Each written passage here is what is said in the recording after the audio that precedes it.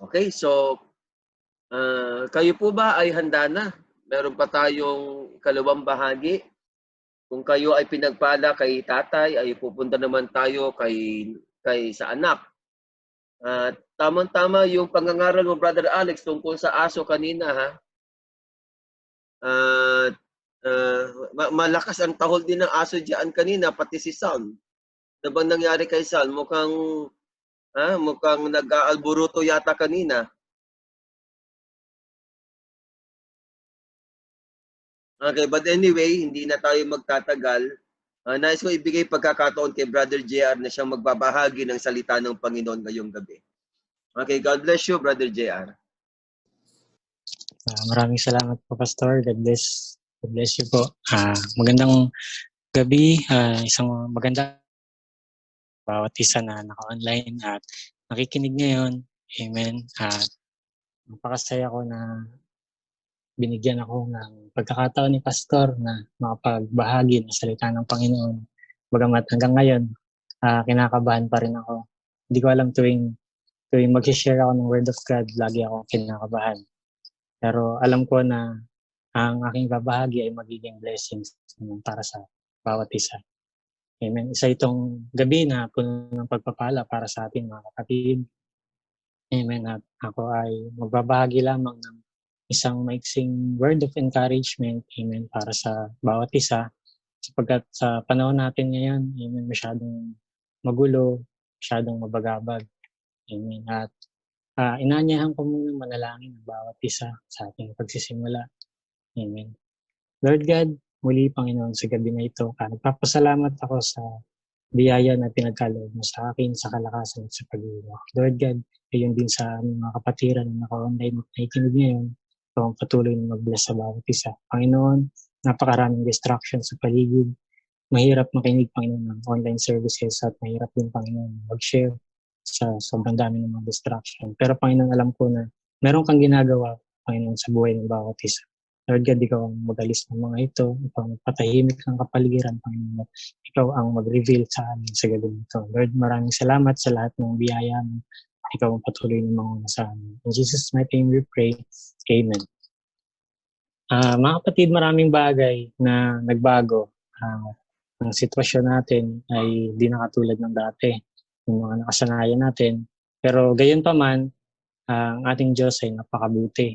Amen, sa buhay ng bawat isa. At tayo ay hindi na pinabayaan, bagkus ay mas lalo pa niya tayong pinagpala, hindi lamang sa physical na aspeto, amen, at gayon din sa spiritual. Tunay na ang pagpapala ng Panginoon sa bawat isa ay nararanasan natin sa panahon ngayon. Mga kapatid, ito yung panahon na kung saan ang Panginoon ay sinusubok ang pananampalataya natin. Ito yung panahon na kung saan gagamitin natin yung third pull na speak the word, sapagkat ito yung sinasabi ni Pastor na nakaraan na squeeze. At ito ang panahon na kailangan natin na mag-react sa ginagawa ng Panginoon sa buhay natin. Amen. Na once na merong nangyayari sa buhay natin, gaya ng sabi ni Pastor, kailangan meron tayong reaction. Hindi maaari na may nangyayari sa buhay mo na hindi ka magre-react. Amen. Dito sa panahon natin na kinabibilangan, pinamamalas ng Panginoon ang kanyang pagmamahal sa bawat isa na kanyang pinilit hinirang. Amen. At sa hindi pagtatagal, samahan niyo ako na bumasa ng kasulatan. Basahin natin yung pinamemorize sa atin ni Pastor bago mag-lockdown. Amen. Sabi dito sa Psalms 121 verse 1, titingin ko ang aking mga mata sa mga bundok. Saan baga manggagaling ang aking saklolo? Amen. At sa verse 2, ang saklolo sa akin ay manggagaling sa Panginoon na gumagawa ng langit at lupa. Amen. Alam ko na ang bawat isa ay pamilyar na sa verse na ito sapagkat memorize natin ito. Amen, mga kapatid, pinapakita dito ng Panginoon kung sino lamang ang dapat nating lapitan sa mga panahon na kagaya nitong kinabibilangan natin. Ang mga pagsubok na dumarating, amen, hinahayaan ng Panginoon na dumating sa buhay natin upang tayo ay mas lalong tumatag at mas lalong manampalataya pa sa Kanya. Amen. Ang sabi dito sa verse 1, ititingin ko ang aking mga mata sa bundok. Amen. Ano nga ba yung bundok na sinasabi dito mga kapatid? Ngayong gabi, maaari natin sabihin na ito yung bundok ng stature of a perfect man. Amen. Kung saan habang tayo natututo na nag-aaral sa kanyang mga salita, amen, at siya ay nahahayag sa atin, unti-unti tayong humahakbang paakyat, tayo ay unti-unting perfect hanggang sa maabot natin yung perfect love. Amen. From faith, virtue, knowledge, temperance, unti-unti, godliness, patience, godliness, brotherly kindness, at perfect love. Amen. Ang Diyos ang siyang tumutulong sa atin na umakyat patungo dito. Siya yung gumagabay sa atin. Amen. At sa ating kalagayan ngayon, alam ko na napoproject ang perfect love. Amen. Tayo ay walang takot sa anumang dumating sa buhay natin o anumang pagsubok na dumarating sa buhay natin. Wala tayong takot na kung ano man ang nangyayari sa paligid natin. Pero meron tayong konting kaba, amen, sapagkat tayo nasa physical realm. Pero alam natin na ang pangako ng Diyos ay tapat para sa bawat isa. Amen. Sabi ng banal na kasulatan sa 1 John 4:18, amen, perfect love cast out what? Diba? Sabi dito, perfect love cast out fear. Amen. Wala tayong takot sa kung anong nangyayari sa atin sapagkat mayroong perfect love na nagpo-project, amen, sa bawat isa. Amen. At pagdating naman sa verse 2, sabi dito, amen, my help cometh from, amen, from the Lord. The Lord which made heaven and earth, diba? Ang Diyos na nakakaalam ng lahat ng bagay, ang Diyos na lumalang ng langit at lupa, amen, ay siya ring Diyos na kasama natin sa lahat ng pagsubok at siyang ating sandigan. Amen. Kung po-project ang perfect love sa atin, ang Panginoon na nasa atin, amen, ang saklolo ng Panginoon ay nasa kanyang mga salita. Amen. Kailangan lamang nating basahin. Kinakailangan lamang nating pag-aralan. Amen. Kaya tayo hindi natatakot, tayo ay patuloy lamang na nananampalataya sa ating Panginoon. Hindi ba? Tunay na napakabuti niya sa buhay ng bawat isa. Ang pagpapala na natatanggap natin sa araw-araw ay galing sa ating Diyos. Amen. Hindi lamang ito simpleng pagpapala, ngunit ito ay pagpapala na may kasamang pananampalataya na ang Panginoon ang patuloy na nagsusupply hanggang sa mga susunod pang bukas. Sabi sa Psalms 31:24, be of good courage. Amen. And He shall strengthen your heart. All ye that hope in the Lord, kayo'y mangagpalakas. Amen. At mangagdalang tapang sa inyong puso. Wag tayong panghinaan ng loob. Amen. Ang sabi dito mga kapatid, sapagkat ang Diyos ay nariyan lamang at nakamasid sa ating mga ginagawa. Hindi kanya bibigyan ng pagsubok na hindi mo kayang lagpasan, lalong-lalo na sa mga panahon na ito. Amen. Na sadyang sinusubok tayo talaga ng panahon na ito. Amen. Alam po ang bawat isa ay may kanya-kanyang pinagdaraanan. Amen. Pero bakit tayo nakakatanggap ng ganitong klaseng pagpapala? Bakit tila yung pagsubok ay nagiging pagpapala sa panahon ngayon? Amen. Imbis na maging pagsubok siya, nagiging pagpapala pa siya lalo para sa mga pinilit-hinirang Panginoon. Amen. Sapagkat meron tayong pananampalataya. Amen. Sinuko natin ang ating sarili sa ating Panginoon na siya ang bahala sa atin sa ganitong sitwasyon. Di ba? Glory. Tunay na siya ay dakila at na nasa buhay natin. Amen. Dahil sa ating pananampalataya, ang mga pagsubok na dumadating ay nagiging pagpapala pa.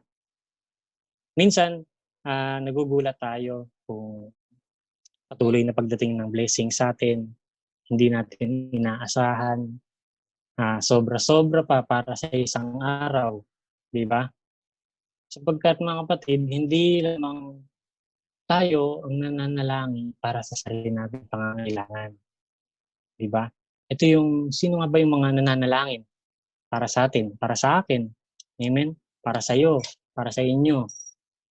Ang bawat kapatiran, mga kapatid, ay nananalangin upang ang bawat isa ay makatanggap ng pagpapala na gaya ng natatanggap nila sa bawat araw.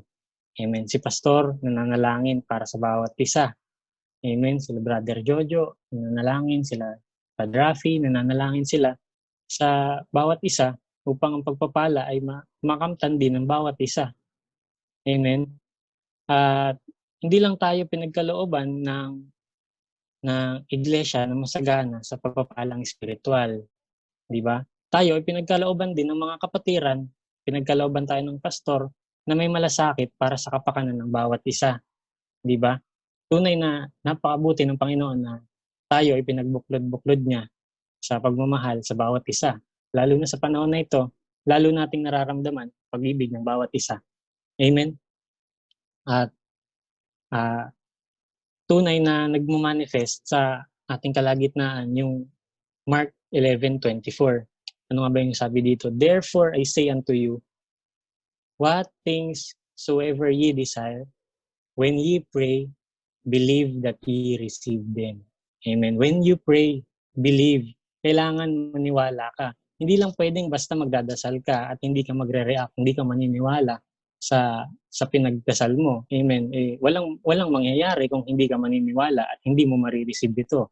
Sabi dito, believe and ye receive them. That ye receive them and ye shall have them. Pag naniwala ka, amen, matatanggap mo ito.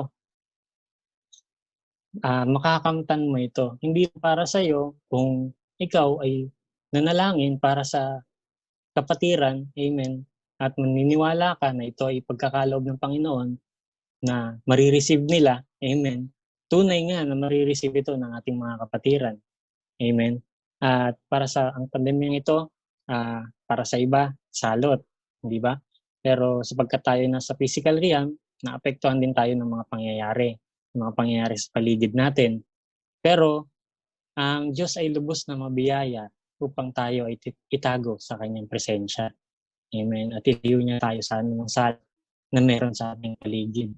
Amen. Tunay na napakabuti ng Panginoon na nakikita ko ang bawat isa na malusog at naka-online. Amen. Tunay na nilulukob niya tayo ng kanyang presensya. Amen. At binibigyan tayo ng malalakas na katawan. Maraming bagay ang minulat ng pandemyang ito, amen, sa akin, maraming bagay ang na-realize ko at maraming bagay din ang na-discover ng bawat isa. Kaya pala yung mga dati na hindi natin kayang gawin ay nagagawa na natin ngayon. Di ba? Maraming negative na bagay kung titignan natin, pero patuloy tayong tumingin sa mga positibong bagay na ginagawa ng Panginoon sa buhay natin. Hindi tayo magpo-focus sa negative. Amen. Doon tayo sa positive. Mga kapatid, kung naalala nyo yung kwento ni Joshua, amen, na pinatigil niya yung paglubog ng araw, amen, at ang buwan, hindi ba? Upang magtagumpay sila sa kanilang mga kaaway ng mga panahon na yon. Di ba? Alam niyo ba na sa panahon natin ngayon ay ginagawa rin ito ng Panginoon? Hindi man literal na yung araw ang pinatigil natin, hindi man yung araw ang pinatitigil ng Panginoon. Kung noon, nagiging hadlang yung oras, yung trabaho, upang tayo ay maglingkod at magpagamit sa Panginoon. Sa loob ng ilang linggo o ilang buwan, pinatigil ito ng Panginoon. Gaya ng pagpapatigil ni Joshua. Amen, dun sa paglubog ng araw. Hindi ba? Nakalain nyo na merong ginagawa yung Panginoon sa kanyang anak upang ibalik ang init ng pananampalataya ng bawat isa. Hindi ba? Inalis o pinatigil ng Panginoon yung dahilan o yung ating kaaway. Pinatigil niya. Amen? Hindi ba positive yung naidudulot sa atin ng pandemyang ito pagdating sa bagay na yon? Hindi lang basta pinatigil, ngunit binigyan pa tayo ng Panginoon ng oras para sa ating pamilya. Magkaroon tayo ng oras sa bawat isa.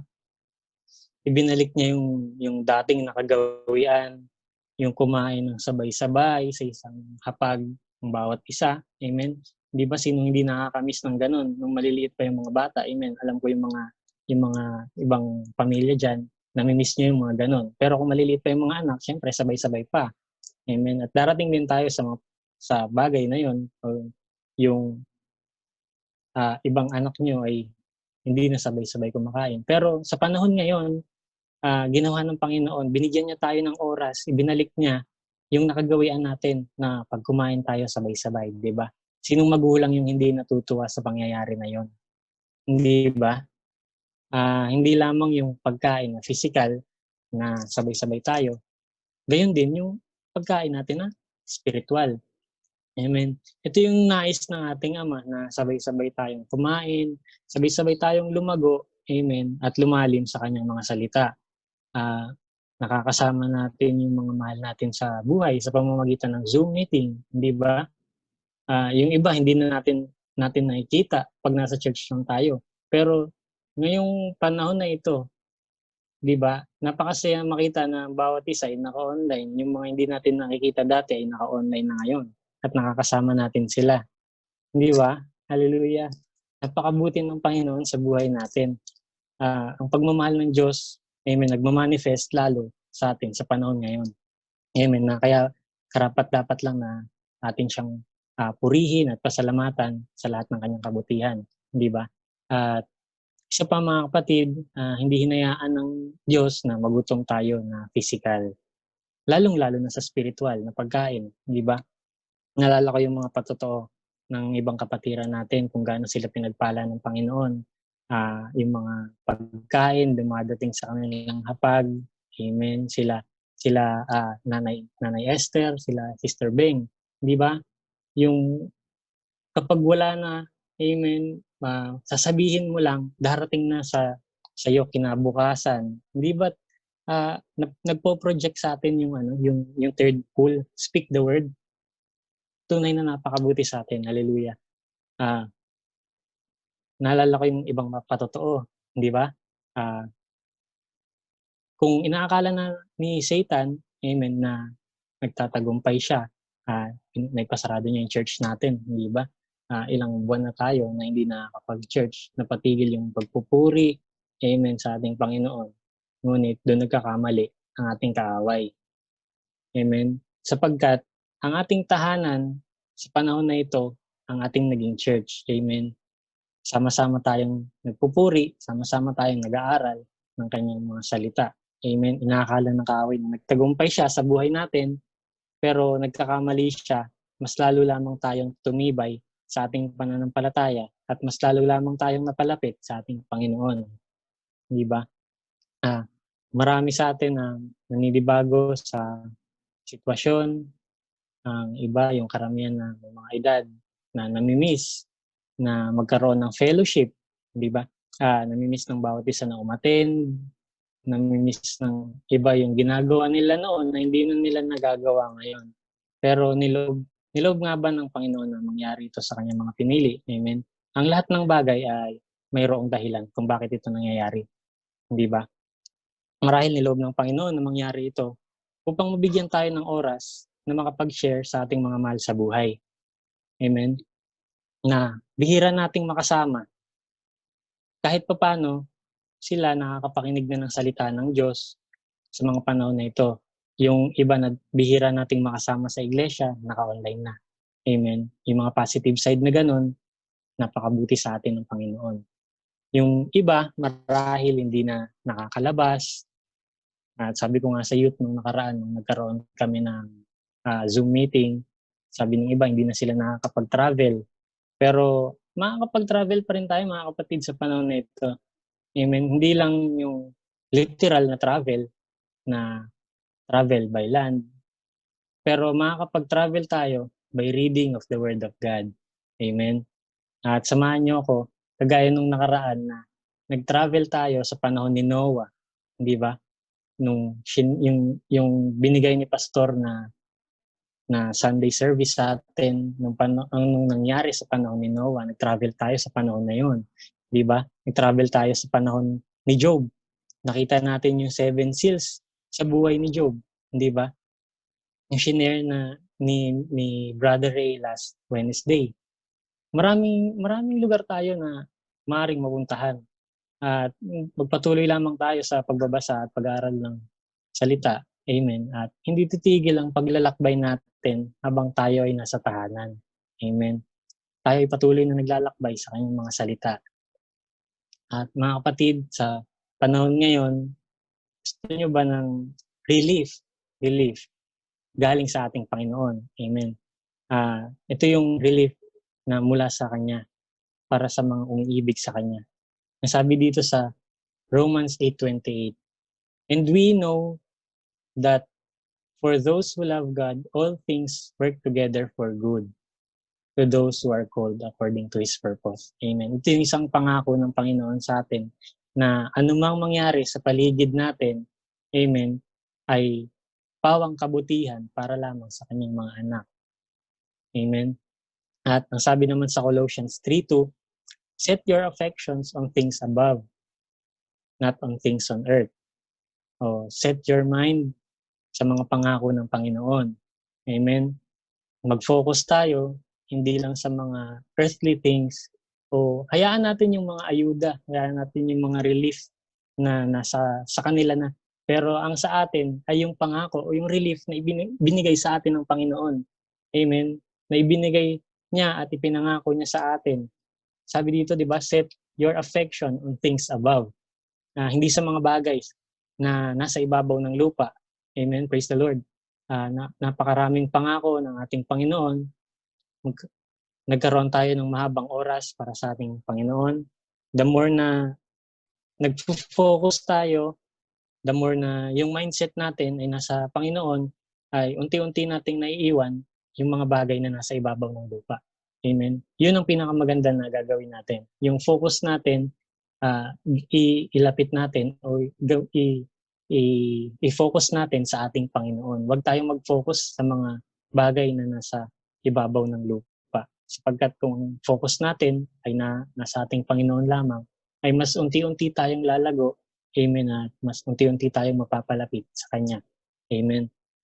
At ang sabi naman din sa Psalms 34:15, "The eyes of the Lord are upon the righteous, and His ears are open unto their cry." Amen. Ang mata ng Panginoon ay nakatitig sa mga matuwid, at ang kanyang mga pakinig ay nakabukas sa kanilang mga daing. Amen. Nakatingin sa atin ang ating Panginoon. At ang kanyang pandinig, amen, ay bukas para sa ating mga daing. At sa pagpapatuloy sa verse 17, "The righteous cry, and the Lord heareth, and delivereth them out of all their troubles." Amen. Sa matuwid ay nagsidaing, ang matuwid ay nagsidaing at dininig ng Panginoon at iniligtas sila, amen, sa lahat ng kanilang kabagabagan. Amen. Kapag ang anak ng Diyos ay dumaing, amen, automatic diringgin ito ng Panginoon. Amen. Sila ay ililigtas, amen, tayo ililigtas sa kabagabagan o sa mga oras ng pagsubok. Kita niyo yun, mga kapatid, ang Diyos natin nariyan lamang sa ating tabi. Kapag ikaw dumaing, hindi malayo ang Panginoon. Siya ay nariyan lamang at nakikinig sa iyo. Amen. Kailangan mo lang ng tamang response para ma-receive mo ang mga pangangailangan mo. Amen. Kaya nung kay Sister Haiti, kailangan lamang ng tamang response para ibigay ang salvation ng kanyang mga anak nung tinanong siya ni Brother Branham, di ba? Amen. Kailangan ng tamang response para maipagkaloob sa iyo ang iyong heart's desire. Amen. Siya ay nagmamasid lamang sa atin. Kailangan lamang tayo magkaroon ng reaction sa mga nangyayari upang maramdaman natin yung pagkilos ng Panginoon sa ating buhay. Amen. At mga kapatid, malapit na akong magtapos. Palapit na ng palapit ang ating pagpapalit ng katawan under the new normal na kinabibilangan natin sa panahon na ito. Napakarami ng pagbabago. Marami na hindi natin nagagawa katulad ng dati. Amen. Pero para sa akin, mas mabuti na yung ganito. Amen. Kasama ko yung mga mahal ko sa buhay. Sama-sama kami nananalangin. Sama-sama kami kumakain sa lamesa. Yung oras ko, nakafocus na sa aking pamilya. Nakafocus sa pag-aaral ng salita ng Diyos. At maraming bagay ang tinuro sa akin ng pandemyang ito. Mga kapatid, amen. At alam ko na hinayaan ng Panginoon na mangyari ang mga sitwasyon na ganito Amen. At hindi ko nahihilingin pa na bumalik sa dati. Amen. Sapagkat nabasa na natin ang mangyayari sa huling panahon. Di ba? Wag na nating hilingin pa na bumalik sa dati sapagkat hindi na ang sitwasyon ang magbabago. Amen. Kundi tayo na ang magbabago. Amen. Hindi natin hihilingin na magbago pa ang sitwasyon sapagkat ang sitwasyon ay binabago tayo. Hindi na tayo magiging katulad ng dati. Amen. Hindi, kapag tayo ay nagkita-kita, amen, na hindi na kagaya ng dati. Amen. Alam ko ang bawat isa ay mas malago na sa salita ng Panginoon. Amen. At mas masaya na ang kwentuhan ng bawat isa pag tayo nagkita-kita pa man, at kung sakali man, hindi ba? Pero ang sitwasyon na ito, para sa akin, hindi na ito magbabago. Amen. Tayo na ang magbabago. Amen. Narito na, malapit na ating pagpapalit ng katawan. Amen. Hanggang dito na lamang po ang aking may share sa bawat isa. Amen. Binabalik ko na po kay Pastor. Amen. God bless you po, Pastor. Amen. Praise the Lord. Salamat sa napaka-gandang mensahe ng Panginoon sa atin ngayong gabi. At natutuwa ako na marinig ating mga kapatid na magbahagi ng mga salita ng ating Panginoon. Alam po ninyo, si Brother JR ay bata pa lang yan. Siguro elementary pa lang o early high school. Bata pa, nasa elementary pa lang nung nung makita ko at dalhin yan sa church nila Brother Alex. And little by little, now I understand, there were times when he spoke as a child, when he understood as a child. There were times when he acted as a child and when he thought as a child. And as time passes by, now I see that those days are gone. I can see him now speak as a man, think as a man, act as a man, and speak as a man. At ang Panginoon, mga kapatid, ay siya nagbibigay sa atin, of course, ng lahat ng mga ito. So, ngayong gabi, napakabuti ng ating Panginoon. Kung paglalakip-lakipin natin lahat ng ating mga narinig ngayong gabi, ay napakalaki ang ibinibigay ng Panginoon sa atin.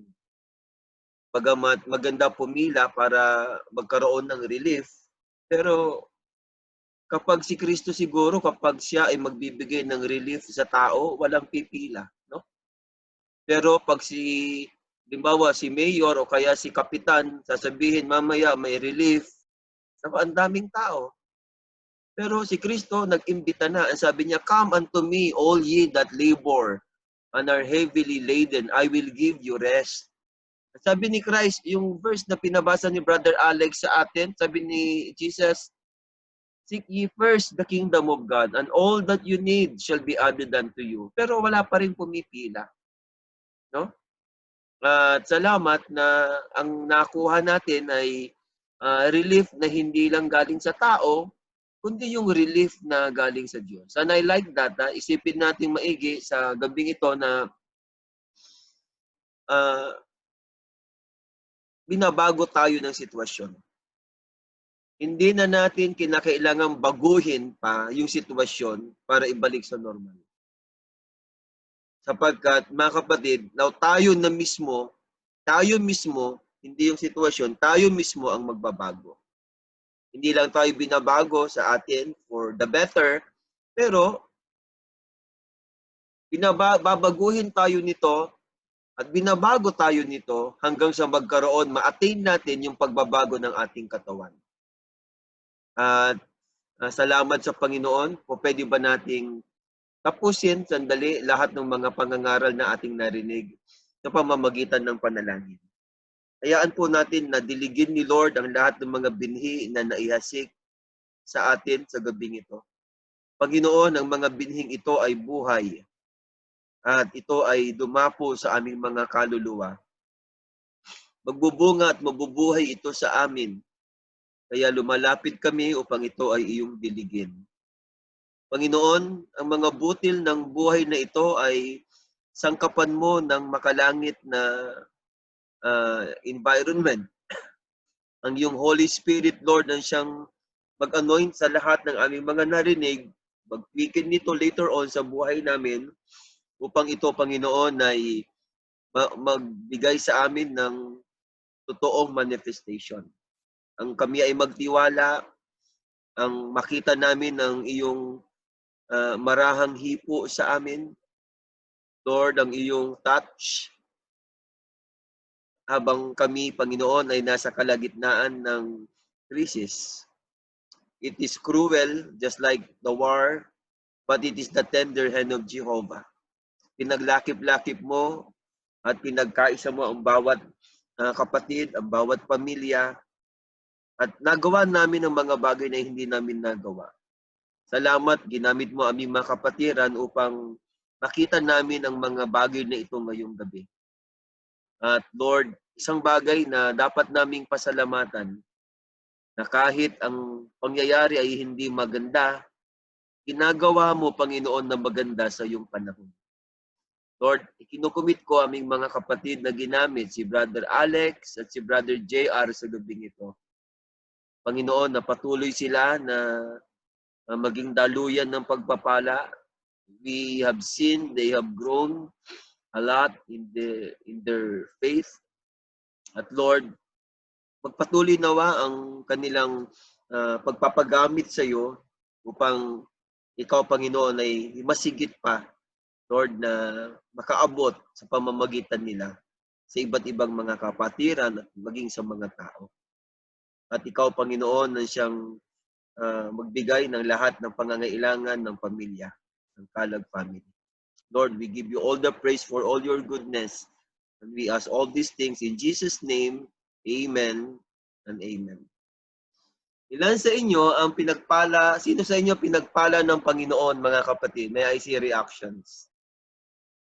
Amen. Praise the Lord that napakarami na naabot, mga kapatid, ng Panginoon sa gabing ito. Praise the Lord. Sana sa susunod ay higit pa na magamit ng Panginoon ang lahat ng ating mga kapatiran, okay, ang lahat ng ating mga kalalakihan, amen, at alam ko na hindi tayo, kinakailangan natin i-fulfill yung scripture. Sabi ng Bible, Revelation chapter 10, verse 8 hanggang 11, John must prophesy again through us. Si Brother Branham kinuha ng pillar of cloud. Sumigaw yung nagkaroon ng dream. Sabi niya, nako, si Brother Branham nawala na kasi kinuha ng pillar of cloud. Tapos, ibinalik ulit si Brother Branham doon sa head ng communion table. Kaya lang, nung bumalik si Brother Branham sa head ng communion table, parang iba na yung kanyang itsura. Ang tawag diyan, second ride. Ang tawag diyan, I will ride this trail again. Na sabi ko nga, nung bumalik si Brother Branham sa head ng communion table, Pilipino na ang itsura niya. So we are the extension of the prophet's ministry. And the bride, just like dun sa pinag-aaralan natin sa okay, nawala kaming pansamantala, pero just like dun sa sinasabi ko kanina, mga kapatid, na ang ministry ng bride, ito mga kapatid ay prophetic ministry.